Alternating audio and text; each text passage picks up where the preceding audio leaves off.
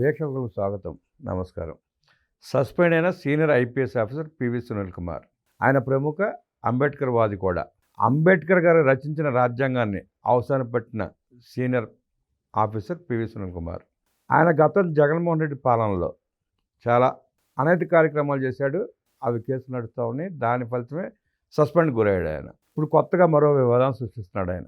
కులాల పేర్లెత్తి రాజకీయంగా వ్యూహరచన చేస్తూ సమాజంలో ఈ రెండు కులాలంటూ ఆయన మాట్లాడటాన్ని సీనియర్ విశ్లేషకులంతా అభ్యంతరం వ్యక్తం చేస్తున్నారు. రాజకీయంగా కూడా సరికాదంటూ విమర్శలు చేస్తున్నారు. ఒక సీనియర్ ఐపీఎస్ ఆఫీసర్గా ఆయన అట్లా మాట్లాడవచ్చా? గతంలో రఘురామకృష్ణరాజు గారు ఒక సలహా ఇస్తేనే రాజద్రోహం కేసు పెట్టిన ప్రభుత్వాలు నేడు ఈ సునీల్ కుమార్ మీద ఏ రకమైన చర్యలు తీసుకునే అవకాశం ఉంది? అసలు ఆయన అనుసరిస్తున్న పందా కరెక్టా కాదా అడిగి తెలిసిన ప్రయత్నం చేద్దాం. విశ్లేషించడానికి మనతో పాటు ఉన్నారు ప్రముఖ జర్నలిస్ట్ దుర్గా కుమార్ గారు. వారిని మనం విశేషాలు చేసుకుందాం. సార్ నమస్తే. నమస్కారం బ్రహ్మ గారు, మన వీక్షకులు. పివి సునీల్ కుమార్ గారు ఐపీఎస్ ఆఫీసర్, ఇప్పుడు సస్పెండ్ అయ్యారనుకోండి. ఐపీఎస్ ఆఫీసర్గా కాకుండా ప్రముఖ అంబేద్కరిస్ట్ ఆయన. అంబేద్కర్ భావజాలాన్ని పుణికిపుచ్చుకున్న వ్యక్తి.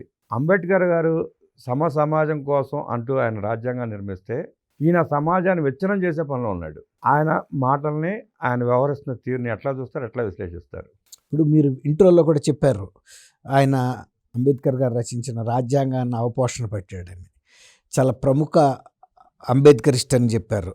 ఆయన సిద్ధాంతాలను బాగా స్టడీ చేశాడని. ఆయన బాగా స్టడీ చేశాడని జనం అనుకుంటున్నారు, కానీ ఆయన మాట్లాడే తీరు కానీ, ఆయన ఆచరణలో ప్రవర్తిస్తున్న తీరు కానీ, అంబేద్కర్ గారి పరిపక్వత ఆయన ఆలోచన విధానంలోనూ ఆయన మాట తీరులోనూ ఎక్కడ కనపట్టలేదు. రెండోది ఏంటంటే, ఒక సాధారణ పౌరుడు మాట్లాడేదానికి, ఒక అఖిల భారత సర్వీస్ అధికారి మాట్లాడేదానికి చాలా తేడా ఉంటుందండి. ఎందుకంటే వాళ్ళు మాట్లాడే మాట చాలా బాధ్యతాయుతంగా మాట్లాడాలి.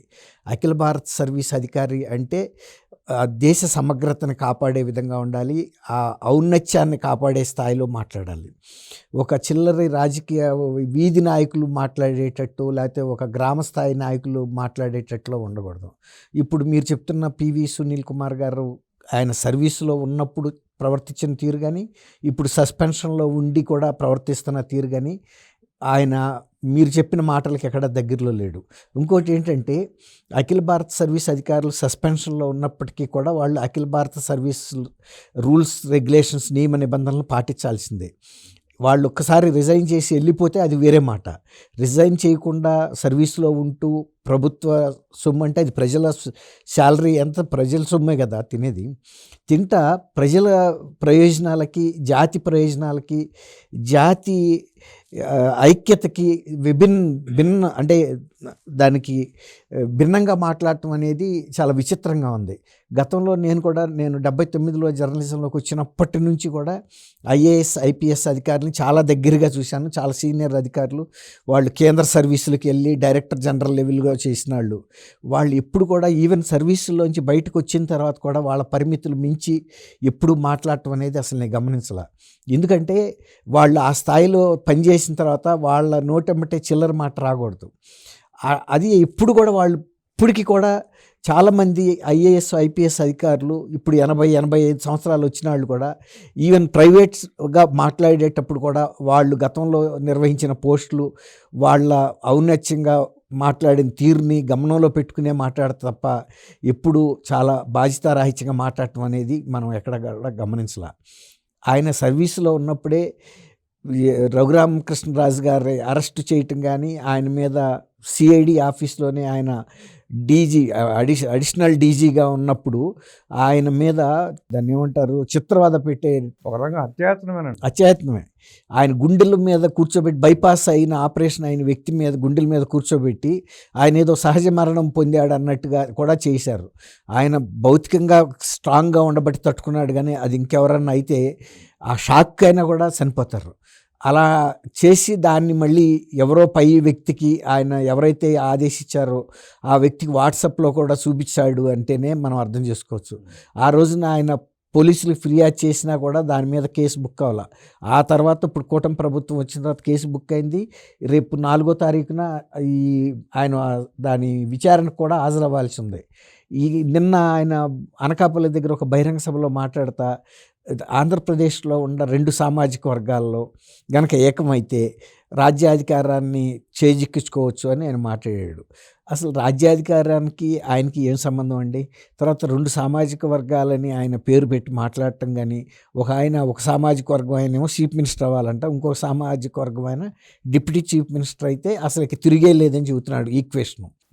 మీరేం చెప్పారు? ఆయన అవపోసన పట్టాడు, అంబేద్కరిస్టు. ఆయన పేరు మీద ఈయనేదో ఎన్‌జీఓ కూడా నడుపుతున్నట్టున్నాడు.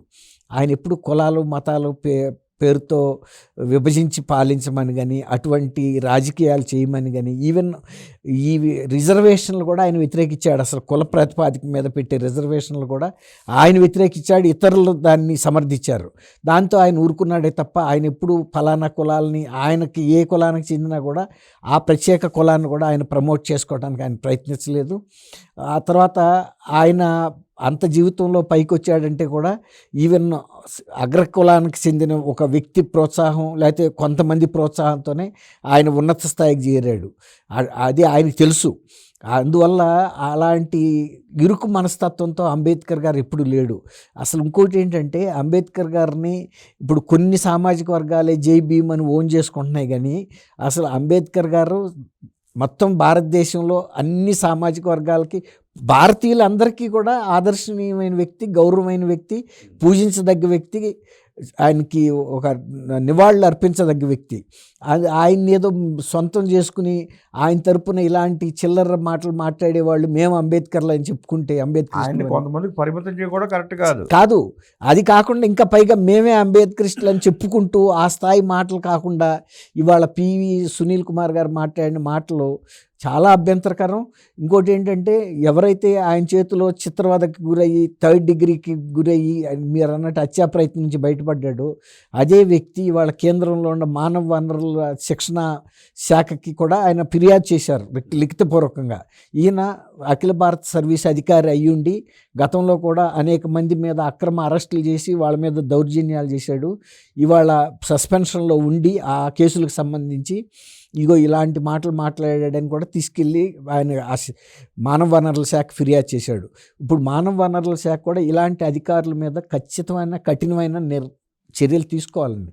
తీసుకోకపోతే ఏమవుతుందంటే, మేము అఖిల భారత సర్వీస్ అధికారులు, మమ్మల్ని శిక్షించడానికి ఎవరు లేరు, కేంద్రం అసలు మమ్మల్ని పట్టించుకోదు, మా ఇష్టానుసారం మాట్లాడొచ్చు అని అనుకుంటున్నారు. అంత స్థాయి అధికారి ఆ విధమైన మాట్లాడే బదులు నిజానికి ఆయన కనుక అంత రాజకీయాల్లో ఆయనకి ఇంట్రెస్ట్ ఉండి రాజకీయాల్లో ఏదో సామాజికంగా మార్పు చేయాలనుకుంటే ఆ ప్రయోగం ఏదో ఆయన రాజీనామా చేసి వచ్చి ఎవరిని ముఖ్యమంత్రి చేయదలుచుకున్నాడో ఈయన డిప్యూటీ ముఖ్యమంత్రిగా ఉండదలుచుకున్నాడో ఈయన కలిసి జనంలోకి వెళ్ళి మా 2 సామాజిక వర్గాలు మేము ఇదిగో ఈ ప్రయోగం చేయదలుచుకున్నాం అని చెప్పొచ్చు. ఎందుకంటే తప్పేం లేదు. ఇప్పుడు గతంలో రాజకీయ నాయకుడిగా ఏమైనా మాట్లాడుకోవచ్చు. కాంశీరామ్ గారు కూడా ఇలాంటి కొన్ని సామాజికంగా ఆయన కూడా అంబేద్కర్ తర్వాత దళిత వర్గాలకు చెందిన వాటి మీద బాగా స్టడీ చేశాడు. ఆయన డైరెక్ట్ ప్రత్యక్ష రాజకీయాల్లో దిగి మాయావతిని ముందు పెట్టి ఆయన ఒక గురువుగా నడిపి సాధించాడు. అలాగే ఇప్పుడు ఈయన కూడా సునీల్ కుమార్ గారు అటువంటిది రాజీనామా చేసేసి ఇక్కడ కూడా ప్రవీణ్ కుమార్ గారు, ప్రవీణ్ కుమార్ గారు కూడా ఇలాంటిది ఒక ప్రయోగం చేశాడంట. ఆమె మాయావతి పార్టీ తరఫున పెట్టి మళ్ళీ ఇప్పుడు బీఆర్ఎస్లోకి వెళ్ళిపోయాడు. అది వేరే మాట. ఏ వర్గం మీద అయితే ఆయన వ్యతిరేకంగా మాట్లాడాడో చివరికి ఆ వర్గానికి చెందిన పార్టీలోనే చేరి వాళ్ళ పాట పాడుతున్నాడు. అట్లాగే ఆచరణలో వెళ్ళిన తర్వాత కొన్ని ఇట్లాంటివి కూడా చూస్తున్నాం.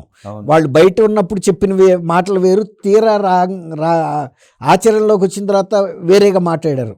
గతంలో కూడా ఒక ఆయన జడ్జిగా ఉండి, పేరు వద్దులండి, చాలా పెద్ద పెద్ద విషయాలు మాట్లాడి పెద్ద పెద్ద పార్టీలను శాసిస్తాననుకుని ఆఖరికి ఆయన కూడా కంటెస్ట్ చేసి ఒక శాసనసభ నియోజకవర్గంలో 400 ఓట్లు తెచ్చుకునేటప్పటికి చాలా కష్టమైపోయింది.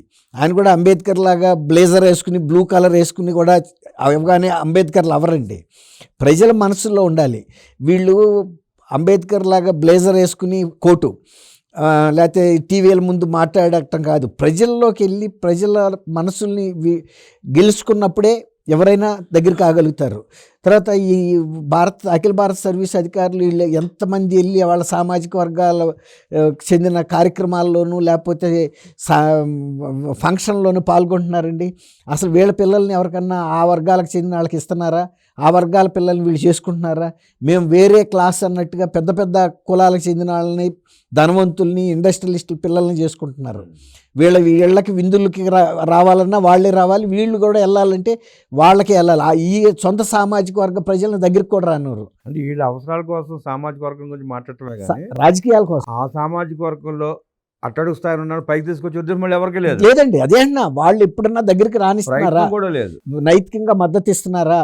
ఎప్పుడన్నా వాళ్ళ ఇళ్ళకి పిలిచి వాళ్ళల్లో ఆ ధైర్యాన్ని నింపుతున్నారా? మీరు వేరు మేము వేరు అన్నట్టుగా ఉండబట్టే కదా ఇవాళ రిజర్వేషన్లు ఇంకా అవసరం పడుతున్నాయి. వీళ్ళందరూ కనుక నిజంగా ప్రజల్లోకి వెళ్ళి ఎవరైతే సామాజికంగా ఇప్పటికీ వెనకబడి ఉన్నారో వాళ్ళతో కలిసి వాళ్ళని మమేకం చేసుకుని కలుపుకుని తీసుకెళ్తే వాళ్ళకి ఎంతో ధైర్యం చిక్కుతుంది.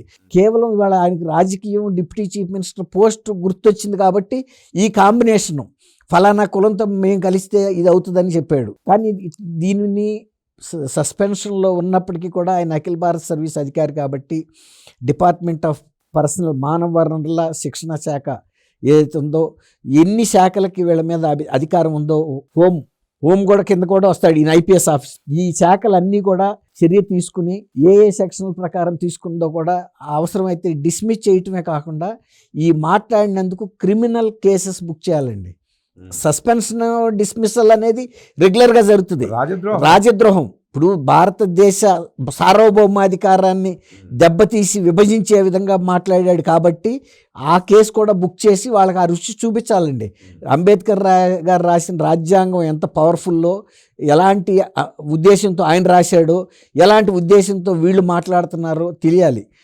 ఒక సీనియర్ ఐపీఎస్ అధికారిగా ఉండి ఎవరిని కిడ్నాప్ చేయమంటే వాళ్ళని తీసుకొచ్చి ఎక్కడో ఇతర రాష్ట్రాలకు చెందిన ఆడపిల్లల్ని తీసుకొచ్చి హింసించి, లేకపోతే ప్రజాప్రతినిధుల్ని తీసుకెళ్ళి కళ్ళకు గంతలు కట్టేసి ఇష్టం వచ్చినట్టు 3rd డిగ్రీ కొట్టి మళ్ళీ డాక్టర్స్ని ఇన్ఫ్లుయెన్స్ చేసి ఆయనకి ఏదో చర్మ వ్యాధి అని చెప్పి రాయించి ఇలా అధికారాన్ని దుర్వినియోగం చేయటం కాదు. ఇలాంటి వాళ్ళకు కూడా గట్టి బుద్ధి కనుక చెబితే ఇతర రాష్ట్రాల్లో కూడా ఇట్లాంటి ఉద్యోగాలు ఇంత పెద్ద అధికారులందరికీ కూడా కొంచెం భయం అనేది ఏర్పడుతుంది. గతంలో గుజరాత్లో కూడా వంజారా అనే ఒక డిఐజీ క్యాడర్ అధికారి కూడా ఒక హత్య కేసులో శిక్ష పడిందండి. అది జైలుకి వెళ్ళాడు.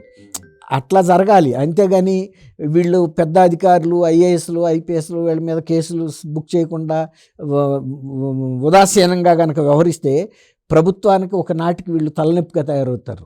దీన్ని అడ్డం పెట్టుకుని ఇతరులు ఫలానా ఆయనే మాట్లాడితే, ఐపీఎస్ అధికారి మాట్లాడితే, మాట్లాడితే తప్పే ఉందని చాలామంది సాధారణ వ్యక్తులు, హాఫ్ నాలెడ్జ్ గాళ్ళు కూడా మాట్లాడతారు దీన్ని అడ్డు పెట్టుకుని. కాబట్టి అదే కాకుండా ఈవెన్ ఐపీఎస్ అధికారుల సంఘాలు కూడా ఇటువంటి మాటలు మాట్లాడినప్పుడు ఖండించాలి, వాళ్ళని బహిష్కరించాలి. ఎందుకంటే వాళ్ళు ఏదన్నా ప్రభుత్వాలు చర్య తీసుకుంటున్నప్పుడు ఐక్యంగా వస్తున్నారు కదా ఐఏఎస్, ఐపీఎస్ సంఘాలు. మరి ఇలాంటి నియమ నిబంధనలకు వ్యతిరేకంగా మాట్లాడి అసలు అవమానకరంగా అఖిల భారత సర్వీసులకి అవమానకరంగా వ్యవహరిస్తున్న వ్యక్తుల్ని వాళ్ళు కూడా ఖండించాలి. ఇది తప్పు అని ఖండించాలి. ఖండించకపోతే కూడా అది వాళ్ళకే పరువు నష్టం. ఇట్లాంటి వ్యక్తులు కూడా ఉంటారని. ఇప్పుడు పురుషులందు పురుషులు వేరయ్యా అని అట్లాంటి ఆటల్లో కూడా కొంతమంది చీడ పురుగులు కూడా తయారవుతున్నారనేది వాళ్ళు గమనించుకోవాలి. ఎప్పుడైనా మనకి చీడ పట్టంగానే ఏం చేస్తారంటే మందు కొడతారు. అట్లాగే ఎక్కడైనా కానీ అవాంఛనీయమైన వ్యక్తులు ఉన్నప్పుడు, అవాంఛనీయమైన పనులు చేస్తున్నప్పుడు ఖండించి వాళ్ళని బహిష్కరించాలి. మిగిలిన వాళ్ళకన్నా ఆ గౌరవం ఉంటుంది కనీసం. అంబేద్కర్ గారి పేరును వాడుకుంటూ అంబేద్కర్ గారు రచించిన రాజ్యాంగాన్ని అవమానపరుస్తూ ఇష్టానుసారం మాట్లాడుతున్న పివి సునీల్ కుమార్ పైన వ్యవస్థలు కఠినమైన చర్యలు తీసుకోవాలని, రాజద్రోహం కేసు పెట్టి కఠినంగా శిక్షించాలంటూ విశ్లేషించిన దుర్గా కుమార్ గారికి ధన్యవాదాలు తెలియజేస్తూ నమస్కారం.